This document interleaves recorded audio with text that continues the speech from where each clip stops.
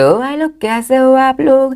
तो swallow star के next novel के एपिसोड नंबर 175 में आपका स्वागत है। तो चलिए शुरू करते हैं, लेकिन उससे पहले अगर आपने मेरे चैनल को सब्सक्राइब नहीं किया तो सब्सक्राइब करके बेल आइकन दबाना ना भूलें।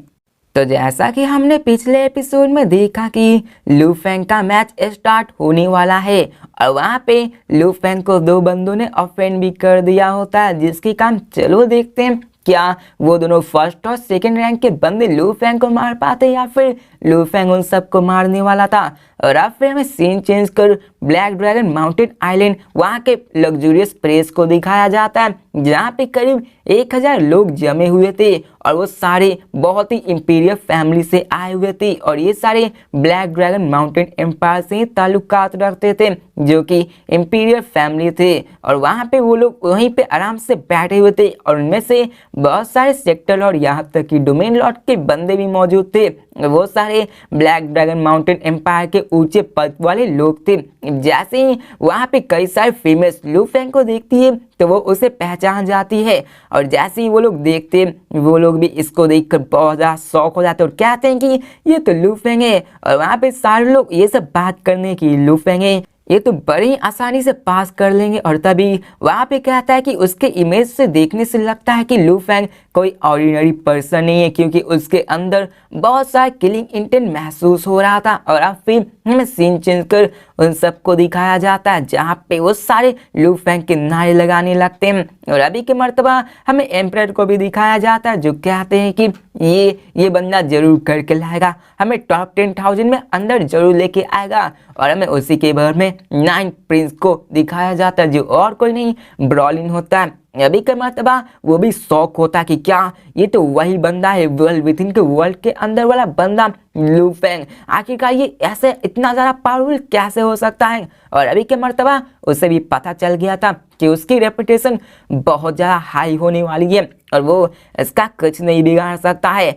और वो अपने दांत को पीसते हुए ही रह जाता है और वो चाहता तो था कि वो उससे मार दे, लेकिन अभी के मर्तबा वो कुछ नहीं कर सकता था। और अब फिर सब लोग उसके मैच को दिखाया जाता है और अब फिर में सीन चेंज कर आइलैंड नंबर 29,109 को दिखाया जाता है, जहाँ पे पहले से ही ऊपर बिलियंस ऑफ पीपल में स्पेक्टेटर्स उन सबको देख रहे होते हैं। और अब फिर हमें आइलैंड नंबर 29,109 को दिखाया जाता है, जहाँ पे कई सारे लोग लू फेंग को देख रहे थे। और अब फिर हमें पिंग पिंग को दिखाया जाता है, जहाँ पे वो मम्मी से पूछता है कि डैडी नंबर 5 पे है, क्या वो 4 लोग जो उनसे आगे वो डैडी से स्ट्रॉन्गर है। तो जीजुन स्माइल करते हुए कहती कि नहीं, वो सिर्फ रैंक के, और यहाँ पे भले ही उन सब की रैंक डैडी से ज़्यादा हो, लेकिन पावर के मामले में तुम्हारे डैडी हमेशा टॉप पे रहेंगे। तो ये सुनकर पिंग पिंग भी स्माइल करता है और वहीं पे लिटिल हाई भी रहता है, जो बड़बड़ाते हुए कहता है कि डैडी सबसे ज़्यादा स्ट्रॉन्गेस्ट है, डैडी सबसे ज़्यादा स्ट्रॉन्गेस्ट है। और अब फिर हमें सबको दिखाया जाता है लू फेंग की फैमिली को,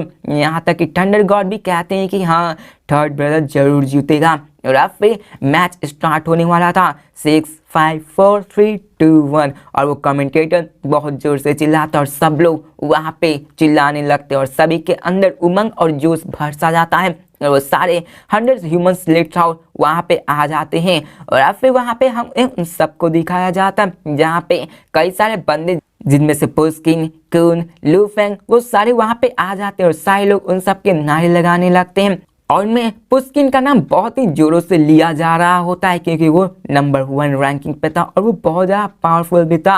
और अभी के मर्तबा वहाँ पे हमें बैटल को स्टार्ट दिखाया जाता है, जहाँ पे सारे लोग एक दूसरे से लड़ने लगते हैं। 100 जीनियसेस, जिनमें से 48 लोग जो कि गानू यूनिवर्स इंपीरियल फैमिली की ही तरफ से थे, वो लोग उन सबसे लड़ना स्टार्ट कर देते हैं। अब हालांकि 10 थे, लेकिन उन सब में मारने के बाद जो बचते हैं वही पूरे गानू यूनिवर्स के ही हो जाते हैं। और अब फिर हमें उन सबको दिखाया जाता है, जिनमें कि पुस्किन और जिनली सबसे ज़्यादा स्ट्रॉन्गेस्ट थे और वो भी एक दूसरे की हेल्प कर रहे थे।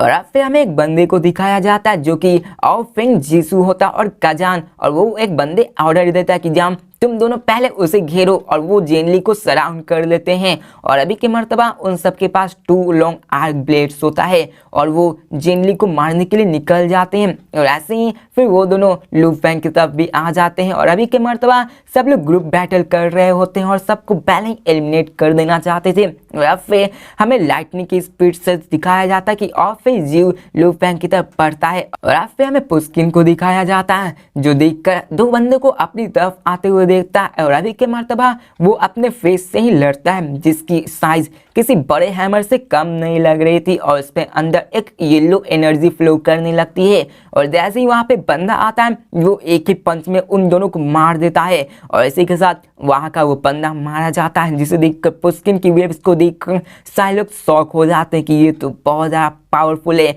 और उसने पलक झपकते ही 2 जीनियस को एक ही बार में मार दिया होता जब उसने अटैक किया होता है, जिसे देखकर सारे लोग शॉक हो जाते हैं। और हमें उसी के थोड़े दूर बाद को दिखाया जाता है जहाँ पे लू फेंग अभी सोलिंग शटल पे खड़ा हुआ होता है और उसके पीछे ठीक डार्क गोल्डन रॉन्ग रड होता है जो कि कुछ और नहीं नॉनसन आर्मेंट्स होता है। और यहाँ पे सबको लगता है कि लू फेंग कमजोर है क्योंकि वो पतला दुबला सा बंदा है, लेकिन उसकी ऑरा बहुत ज्यादा गेज थी जिसकी मदद से किसी को भी डर आराम से फील हो सकता था। और अभी के मर्तबा लू फेंग के अंदर बहुत ज्यादा किलिंग इंटेंट भरा हुआ था। वहाँ पे कई सारे बंदे थे जो कि वहाँ पे ओपोनेंट्स थे, लेकिन लू फेंग कहता है कि यहाँ पे मुझे अपने टाइम को वेस्ट नहीं करना है, मुझे इस बैटल को जितनी जल्दी हो सके ख़त्म करना, मुझे सबको मार देना है।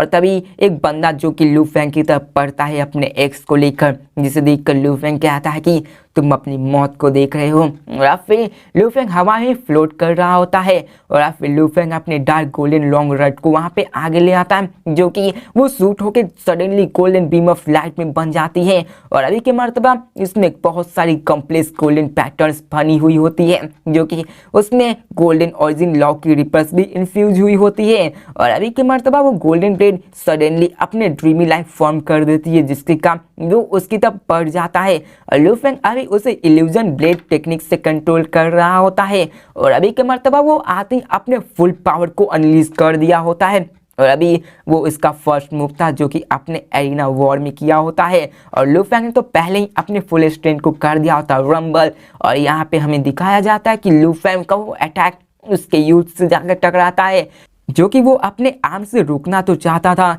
लेकिन जब वो उससे टकराता है तो उसके यूथ की आंखों में डर और शौक दोनों भर जाता है। उसे लगता नहीं है कि ये अटैक उतना ज़्यादा पावरफुल था और हमें दिखाया जाता है कि लू फेंग का वो अटैक उसके सर को चीरते हुए वहीं पे मार देता है। और अभी के मर्तबा वो वहाँ पे बहुत ज़्यादा स्पीड हो जाती है और वो वहीं पे नहीं रुकती, फिर वो दूसरे जीनियस की तरफ बढ़ जाती। और यहाँ पे तभी वहाँ की एक लेडी को दिखाया जाता है जो कि सरप्राइज लुक से उसकी तरफ देखने लगती है और अभी के मर्तबा उसके पास रिएक्ट करने का टाइम भी नहीं होता है। और लू फेंग का वो अटैक उसकी तरफ भी बढ़ता जा रहा था और वो अपने जल्दबाजी में स्पीड वेपन को कंट्रोल करके उस अटैक को ब्लॉक करने वाली थी, लेकिन वो गोल्डन रेनबो बहुत ज़्यादा पावरफुल थी और उसके डिफेंसेस को तोड़कर उसके सर के आर पार हो जाती और यहाँ पे वो मारा जाता है। और फिर वो वेपन लू फेंग के पास आ जाता है और अभी के मर्तबा वहाँ पे जितने भी जीनियस वहाँ पे देखते हैं इस अटैक को तो ये देखकर सारे लोग शॉक हो जाते हैं और अभी के मर्तबा उन सारे के दिल में शौक और डर भर गया होता है और कहते हैं कि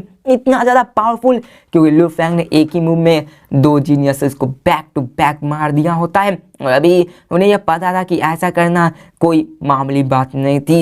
यहाँ पे लू फेंग की स्ट्रेंथ भी बहुत ज़्यादा थी और यहाँ पे अगर पुस्किन की बात करें तो पुस्किन को भी अपनी पूरी स्ट्रेंथ को गैदर करना पड़ा था एक बंदे को मारने के लिए, लेकिन लू फेंग ने तो इतनी आसानी से 2 बंदे को पलक झपकते ही मार दिया होता है। और अभी सारे लोग बात करने लगते हैं कि क्या आखिर ये इतना ज़्यादा पावरफुल कैसे हो सकता है।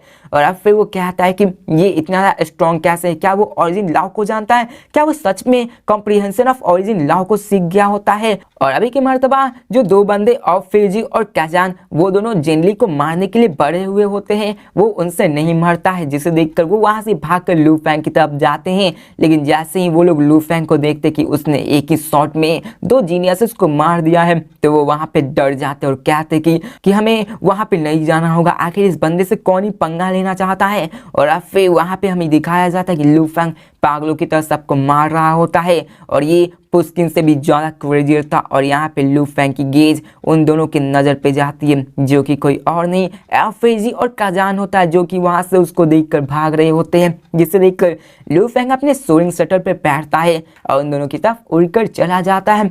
यहाँ के मर्तबा उसकी सोरिंग शटल की स्पीड बहुत ज़्यादा स्पीड हो गई होती है, जिसे देखकर वो दोनों बंदे एफेजी और काजान के एक्सप्रेशन बदल जाते हैं और वो कहता है कि वो हमारे पीछे आ रहे हैं। और अभी के मर्तबा उन सबके पीछे गोल्डन रेनबो आ जाता है, जो कि आके डायरेक्ट काजान के हेक्स पे लगता है। जैसे देखकर काजान को उसकी पावर का महसूस हो जाता है और वो अपने एक्स से उसे ब्लॉक करने की कोशिश करता है, लेकिन अभी के मर्तबा उसकी एक्स भी बेंट हो जाती है और टूट जाती है, जिसके कारण उसके हाथ भी सुन पड़ जाते हैं और वो बुलेट की तरह गोल्डन रेनबो उसके सर को चीरते हुए उसको मार देती है। और फिर वो एफेजी जू के पास चली जाती है और उसको मारने के लिए निकल जाती है। अब अभी के मर्तबा गोल्डन इल्यूजन ब्लेड बहुत ज़्यादा फास्ट थी और इसी के कारण वो ज़्यादा दूर तक भाग नहीं सकता था, जिसके कारण एफेजी के भी शौक हो जाता है और अभी वो जानता था कि वो कुछ नहीं कर सकता था और अभी वो मारा जाता है। यहाँ तक कि दो बंदे वहाँ पे कुछ नहीं कर पाए, वो एक ही बार में दोनों एलिमिनेट हो गए। और अब फिर हमें सीन चेंज कर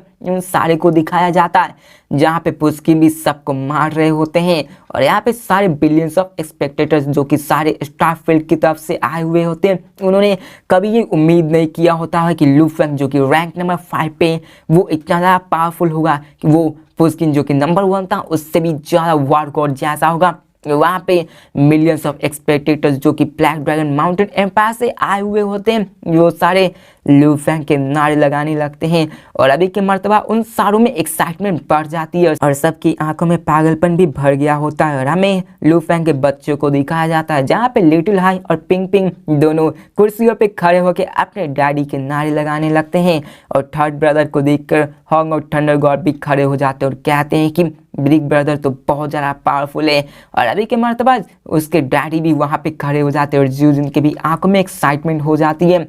अभी पूरे 1 मिलियन पीपल जो कि ब्लैक ड्रैगन माउंटेन एम्पायर से होते हैं, वो सारे भी अपने होश को खो बैठते हैं। और अभी के मर्तबा लू फैंग कंटिन्यूअस सरप्राइज देते जाता है और सबको वो मारते जाता है। उसके रास्ते में जो भी आता है वो सबको मार जाता है और वो दहाड़ की तरफ उन सबको शेर की तरफ मार रहा था। अभी लू फैंग पूरी पागल की तरह लड़ रहा होता है और अब फिर हमें उसी लग्जूरियस प्लेस को दिखाया जाता है ब्लैक ड्रैगन माउंटेन आइलैंड से, जहाँ पे इंपीरियल फैमिली उस स्क्रीन की तरफ देख रही होती है। और जब वो लोग लू फैंग की पावर को स्ट्रेंथ को अनलीज करते हुए देखते हैं और उन्होंने देखा कि उन्होंने 2 जीनियस को एक ही बार में मार दिया है, एक ही इंस्टेंट में, और फिर चेंज करके 2 जीनियस को फिर से मार दिया है, तो ये देखकर वो भी समझ जाते कि लू फैंग बहुत ज़्यादा पावरफुल है। लू फैंग का डर इतना था कि कोई भी इसके पास जाने की हिम्मत नहीं कर रहा था। और वहाँ का एम्परर भी कहता है बहुत खूब, और वहाँ का कुछ बंदे कहते हैं कि कॉन्ग्रेचुलेसन योर मैजेस्टी, कॉन्ग्रेचुलेसन। वहाँ पे कहता है कि रॉयल फादर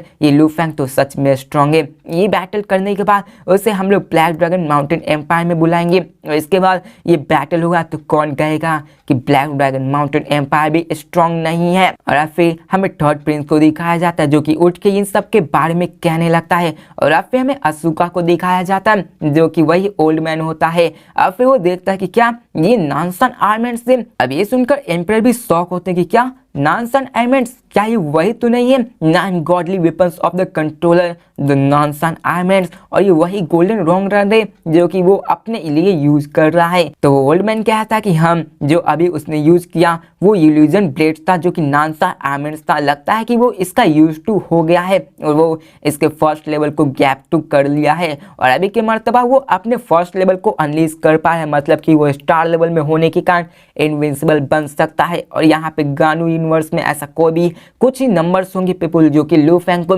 हरा सकते हैं और ये भी बहुत ज़्यादा रेयर है। तो वहाँ का रॉयल अंकल भी कहता है कि हम उसने अभी फर्स्ट लेवल को अनलीज कर पाया है और इसके लिए तो उसको गोल्डन ओरिजिन लॉ को भी इन्फ्यूज करने की ज़रूरत है। मतलब ये हुआ कि लू फैंग एक जीनियस है जो कि गेटवे ऑफ ओरिजिन लॉ के अंदर आ चुका है। और अगर एस्टिमेट की जाए जीनियस बैटल की तो यहाँ पे गानू यूनिवर्स में ऐसे कई ही कम पर्सन होंगे जो कि अपने ओरिजिन लॉ के गेटवे में आ चुके होंगे, कुछ ही हंड्रेड्स होंगे। और अब फिर यहाँ पे हमें एरिना को दिखाया जाता है जहाँ पे 1000 के ग्रुप में ही बटे हुए होते हैं और ऐसे में किसी के ओरिजिन लॉ को वहाँ अपीयर होना ये बहुत ज़्यादा रेयर था। इसका मतलब यह है कि लू फेंग ने एलिमिनेशन राउंड में अपने ट्रू पावर को शो नहीं किया था, जैसा कि अभी लास्ट टाइम होंग ने नहीं किया था। और यहाँ पे वो कहता है कि ये लेडी वॉरियर जो कि अपने gateway of origin of law में आ चुकी थी, जिसके कारण वो होंग को मार पाई थी। और फिर वो कहता है कि एलिमिनेशन राउंड में जब लू फेंग और विंडमिल दोनों लड़े थे, लेकिन वहाँ पे उन दोनों ने दूसरे सिटी में जाके अटैक नहीं किया था, इसी कारण उन सबकी रैंक इतनी कम थी। अगर लू फेंग वहाँ पे जाके दूसरे सिटी में भी अटैक करता तो वो आराम से टॉप 10 में आ सकता था। और अगर बात की जाए रैंकिंग की, तो लू फेंग और पुस्किन वो दोनों एक ही टीम में होने के लायक नहीं है, क्योंकि अभी के मर्तबा पुस्किन भी लू फेंग के सामने कुछ नहीं था। और अब फिर हमें सीन चेंज कर एरिना को दिखाया जाता है, जहाँ पे जैनजी उस दहाड़ को सुन सकता था, जहाँ पे उसके कानों में ऑफ जीजे के साउंड ही आ रहे होते, क्योंकि मरते समय उसने जैनजी को वहाँ पे सब कुछ बता दिया होता। फिर उसे देखते ही उसकी नज़र लू फेंग की तरफ जाती है, जिसे देखकर वो शौक और गुस्सा दोनों होता है। और वो कहता है कि क्या इसने एक ही झटके में उन दोनों को मार दिया। और अब फिर लू फेंग उन दोनों के मारने के बाद उसकी नज़र किसी और पे नहीं, जेंजिल पे चली जाती है। अब तो उसका लू फेंग का उससे पुराना दुश्मनी था।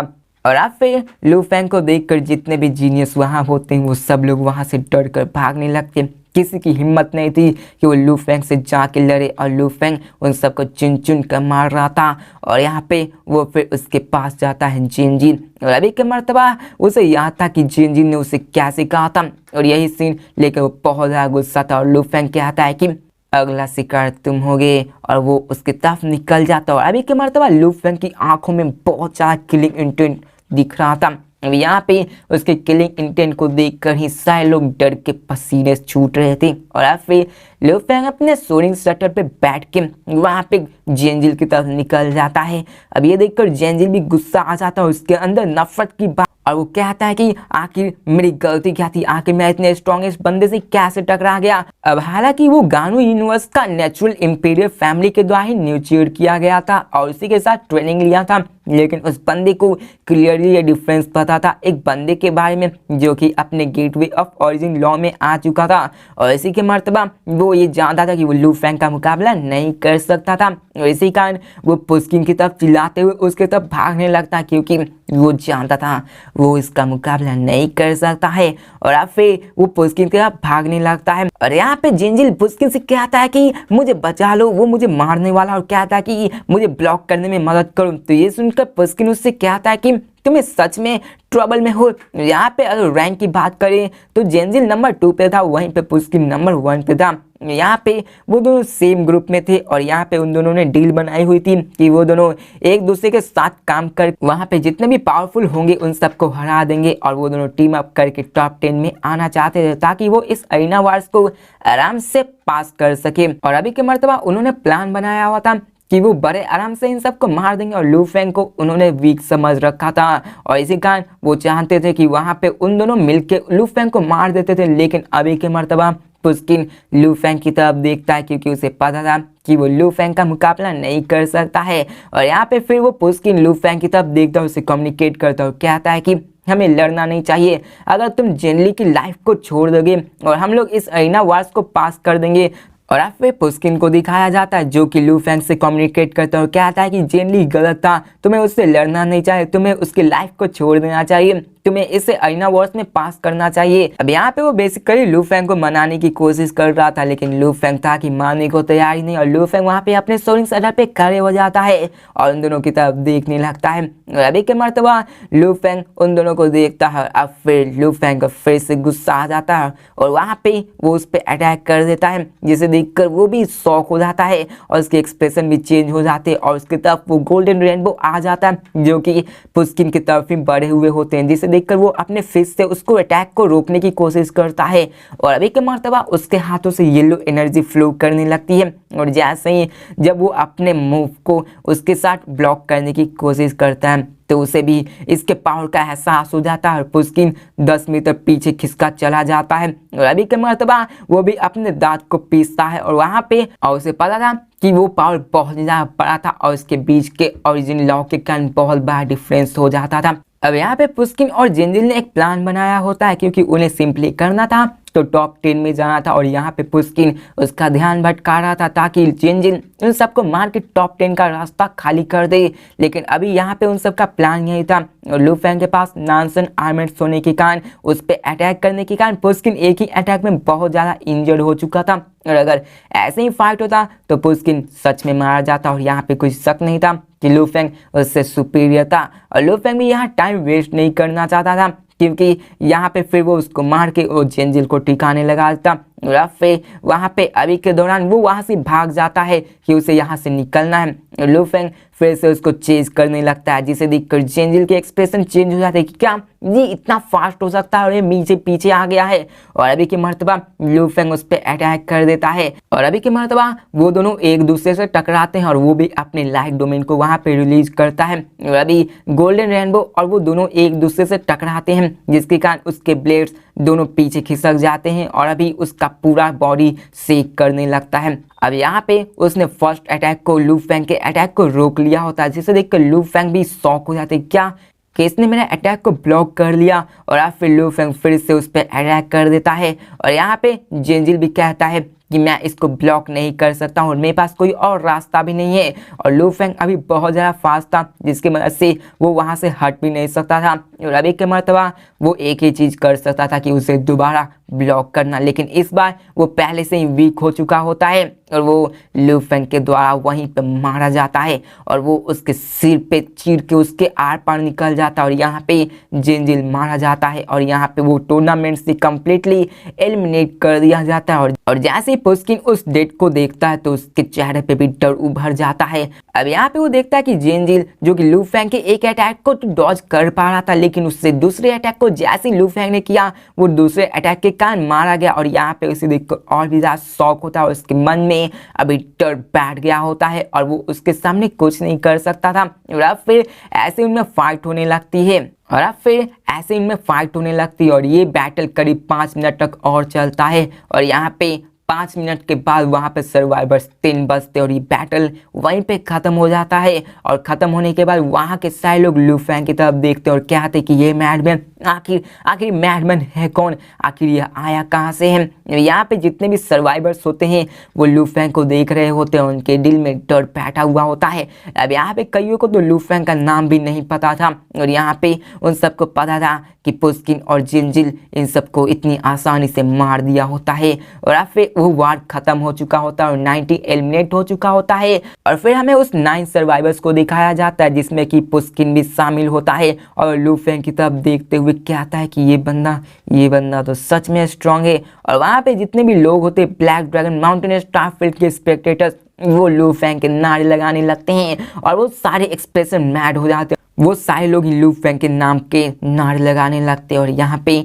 सारे लोग यहाँ पे इसके बारे में बात करने लगते हैं कि ये बहुत ज़्यादा ब्रूटल है, ये बहुत ज़्यादा पावरफुल है। और अभी के मर्तबा पूरे स्टारफील्ड में पूरे 8000 गैलेक्सी में जितने भी लोग इसको देख रहे थे सारे लोग लू फेंग को देख रहे होते और कहते हैं कि ये लू फेंग इसे तो डर ही नहीं लगता है। और यहाँ पे वो कहता है कि ये जीनियस है ब्लैक ड्रैगन माउंटेन स्टारफील्ड से, ये तो बहुत ज़्यादा जीनियस है। और जितने भी लोग होते हैं वो उसको एक्साइटेड हो जाते हैं। और आप फिर पिछले 1 लाख मिलियन ईयर्स में यहाँ पे एक ऐसा बंदा आया ब्लैक ड्रैगन माउंटेन एम्पायर से जो कि वर्दी है, जो कि 10,000 में आने के लायक है। और फिर इसके बाद ब्लैक ड्रैगन माउंटेन एम्पायर का नाम बहुत ज़्यादा ऊपर हो जाने वाला था। और फिर वहाँ पे कई सारे लोग एक दूसरे से बात भी करते हैं और यहाँ पे एक बंदा कहता है कि ये नानसान क्या एलिमेंट से मैंने सुना है कि लू फेंग इसी को यूज कर रहा है, क्या वो वही तो नहीं है जो कि 9 गॉडली वेपन से जो कि स्पेस टूडर कंट्रोलर्स के लिए बनाया गया है। अब यहाँ पे लू फेंग पास हो चुका था जिसके बाद 900 लेम लिस्ट में लू फेंग का भी नाम था जिसके बाद उसे 1 वर्सेस 1 बैटल करना पड़ता।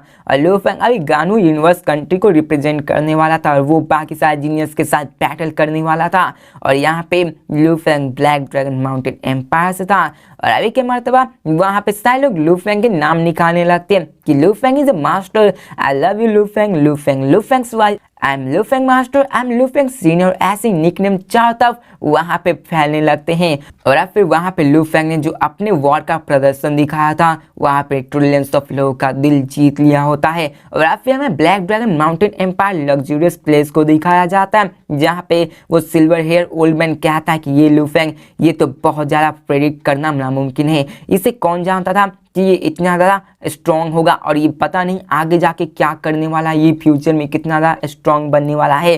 तो ये सुनकर रॉयल अंकल भी कहते हैं कि हाँ तुमने सही कहा। और यहाँ पे बंदे जो एम्पायर के बगल में बैठे हुए तो वो कहते हैं कि योर मैजेस्टी ये बंदा अपने गेटवे ऑफ ओरिजिन लॉक के अंदर आ चुका है, सिर्फ स्टार लेवल में ही ये एब्सोल्यूट जीनियस कहलाने के लायक है। और यहाँ पे फिर वो लोग एम्पायर से बोलते हैं कि इसकी टैलेंट बहुत ही ज़्यादा यंग एज में बहुत ज़्यादा आगे आ चुकी है। मुझे लगता है जब ये सेक्टर लॉर्ड का बंदा बनेगा तो ये बहुत ही एब्सोल्यूट वॉरियर बन जाएगा और जब ये मौका पाके अनडाइंग लेवल में ब्रेक थ्रू करेगा तो ये हेवन सेकिंग होगा। इसके सामने अमॉन्ग अनडाइंग बीइंग में ऐसे कोई से बंदे नहीं है जो कि इसके सामने पंगा ले पाए। और अब हमें यहाँ बताया जाता है कि एक अनडाइंग बीइंग इस पूरे entire black dragon mountain empire में सिर्फ 2 ही अनडाइंग बीइंग मौजूद है। एक तो वो god leader of black dragon mountain sacred Ned और वहीं पर दूसरा god leader of ice leviathan god country. इसी कारण ब्लैक ड्रैगन माउंटेन किसी भी अनडाइंग बीइंग को ऑफेंड करना पसंद नहीं करती क्योंकि उन्हें पता है कि हम लोग उनको नहीं हरा पाएंगे। और अब फिर हमें सीन चेंज कर कंटिन्यूअस माउंटेन रेस को दिखाया जाता है जहाँ पे एक जगह एक बंदा बैठा हुआ होता है, उसकी आंखों में अभी डार्क रेड रॉन्ग रोब होता है और उसकी आंखों में ब्लैक फ्लेम्स बर्न हो रही थी और उसके चारों तरफ बहुत ज़्यादा टेरिफाइंग पावर थी जिसके कारण वहाँ का डायमेंशन भी अलग तरह से टेरिफाई कर रहा था। और अभी के मर्तबा 4 राइट में 4 लेफ्ट में और वहाँ पे सारे लोग वहीं पे बैठे हुए होते हैं। और अब फिर वहाँ का एक बंदा आके कहता है कि गॉड लीडर ये बंदा इसे लू फेंग कहा जाता है और इसने ओरिजिन ऑफ लॉ को सिर्फ अपने स्टार लेवल में ही कर लिया है और ये सुटेबल होगा मेरे डिस्पल बनने के लायक। और हमें उस वॉरियर को दिखाया जाता है जो कि अपने चारों तरफ गोल्डन आर्मर को लिए हुए होता है और अभी के दरमियान उसके चारों तरफ से भी हॉट रिपल की तरफ आ रहा था और वो भी गोल्ड ओरिजिन लॉ एनर्जी को फील कर पा रहा था, उसके अंदर यही एनर्जी भरी हुई थी। यहाँ पे अगर बात करें उसकी इस गोल्ड ओरिजिन की तो वो लू फेंग से ट्रिलियंस टाइम्स ज़्यादा स्ट्रॉन्गर थी। तो यहाँ पे वो डार्क रेड आई मैन कहता है कि वो तो मेरे भाई मैं जानता हूँ कि तुम डिस्पर्स को बहुत समय से खोज रहे हो लेकिन मुझे पता है कि हम लोग गानू यूनिवर्स कंट्री से फाइट नहीं कर सकते हैं। अब यहाँ पे वो तो उन सब की तरफ देखने लगता है। वो बंदा कहता है कि मेरी लाइफ स्पैन अभी ख़त्म होने वाली है और अभी के दरमियान जो मेरे डिस्पर्स है उनके पास टैलेंट तो है लेकिन मेरी जो एबिलिटी टेक्निक्स है उन्हें उन सबको दे पाना बहुत ही ज़्यादा मुश्किल है, इसलिए मैं इन सबको चूज़ नहीं कर पा रहा हूँ। और यहाँ पे वो कहता है कि मुझे कुछ ऐसे बंदे को खोजना है जो कि मेरे लेगेसी को आगे बढ़ा सकता है, सेम टू सेम यूनिमो प्लैनेट की डिस्पल के जैसे लू फेंग कर रहा है। और अभी के मर्तबा वो कहता है कि मैं यह आशा करता हूँ कि यहाँ पे मेरे टेक्निक्स को कोई और भी बंदा कोई सीख के उसको अनलीज कर सके ताकि जब मैं मरूँ तो मैं शांत से मरूँ और मेरे अंदर एक आशा हो। ये सुनकर सारे लोग साइलेंट हो जाते हैं क्योंकि वो बंदा एक अनडाइंग बीइंग था और एक अनडाइंग बीइंग होने का मतलब एक अटर्नल बेम, जिसका मतलब यही है कि वो मर नहीं सकता। और जैसे कि यूनिमो प्लैनेट के मास्टर जो कि बहुत ज़्यादा पावरफुल थे इस हिस्ट्री में लेकिन फिर भी वो मारे गए। अब यहाँ पे हमें बताया जाता है कि अनडाइंग बीइंग की लाइफ फोर्स बहुत ज़्यादा स्ट्रांग होती है, यहाँ तक कि उनकी फिजिकल बॉडी भी चीर फाड़ दी जाए, उसको हटा दिया जाए तो फिर भी वो रिजुनेट कर सकते हैं।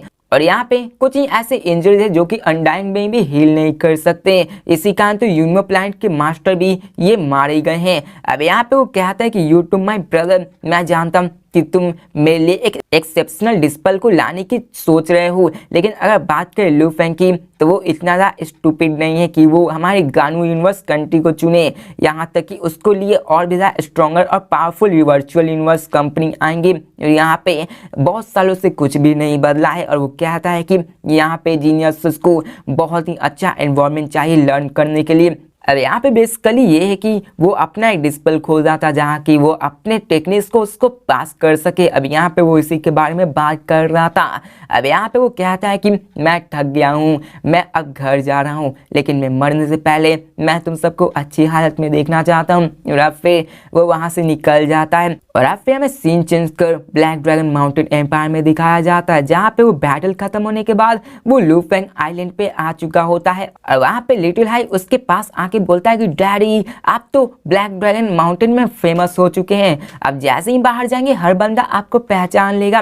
और यहाँ पे वो कहता है कि डैडी हम लोग आपसे बहुत ज़्यादा प्राउड है। तो ये सुनकर लू फेंग उसे अपने गोदी में उतार लेता है और यहाँ पे उसको लाड़ प्यार करने लगता है। और यहाँ पे जूजिन भी आ जाती है जो कि लू फेंग को उसके लिए चाय परोसती है और अभी के मर्तबा वो भी प्राउड फील कर रही होती है।